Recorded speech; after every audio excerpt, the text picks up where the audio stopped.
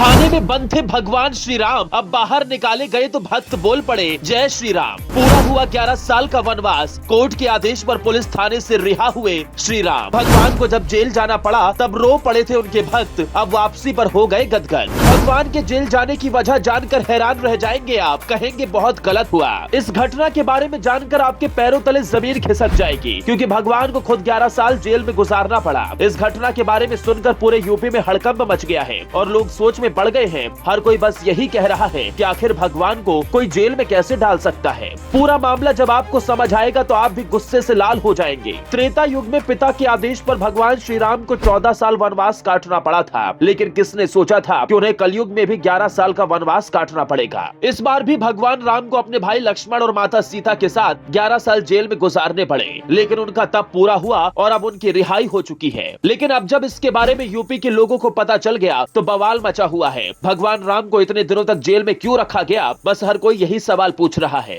एक तरफ जहां योगी सरकार अयोध्या में भव्य राम मंदिर बना रही है, तो वहीं उनके ही राज्य में पुरुषोत्तम श्री राम पर अन्याय कैसे हो सकता है, हर कोई बस यही जवाब मांग रहा है। कहा जा रहा है कि जैसी ही इसकी जानकारी सीएम योगी को मिली, उनका भी गुस्सा 7वें आसमान पर पहुंच गया। लेकिन इस पूरे मामले में योगी भी कुछ भी नहीं कर सकते थे, उनके पास भी केवल भगवान को जेल में बंद देखते रहने का ही उपाय बचा था। पर अब जब भगवान श्री राम जेल से बाहर आ गए हैं तो योगी ने भी चैन की सांस ली, क्योंकि सवाल उनकी नाक से जुड़ा हुआ था। असल में ये पूरा मामला यूपी के कानपुर के देहात थाने से जुड़ा हुआ है, जहां भगवान राम को 11 साल का वनवास झेलना पड़ा। जानकारी के मुताबिक एक मंदिर से चोरों ने मूर्तियों की चोरी की थी, जिसके बाद उन्हें पकड़ा गया। चोरों से मूर्तियां तो बरामद कर ली गई, लेकिन उन्हें थाने में जमा कर दिया गया। क्योंकि मामला चोरी से जुड़ा हुआ था, तो बरामद होने के बाद मूर्तियों को माल खाने में ही रख दिया गया। इसके बाद इस मामले में केस चलता रहा और अदालत के फैसले के बाद माल खाने से भगवान श्री राम को अब आजादी मिली। पुलिस ने भगवान राम, लक्ष्मण और माता जानकी की मूर्ति को बड़ी ही सावधानी से मंदिर को सौंप दिया। करीब 11 साल तक तीनों मूर्तियां पुलिस की कस्टडी में रखी थी। इस मामले में 2011 में मूर्तियों की बरामदगी करते हुए पुलिस ने मुकदमा दर्ज किया था,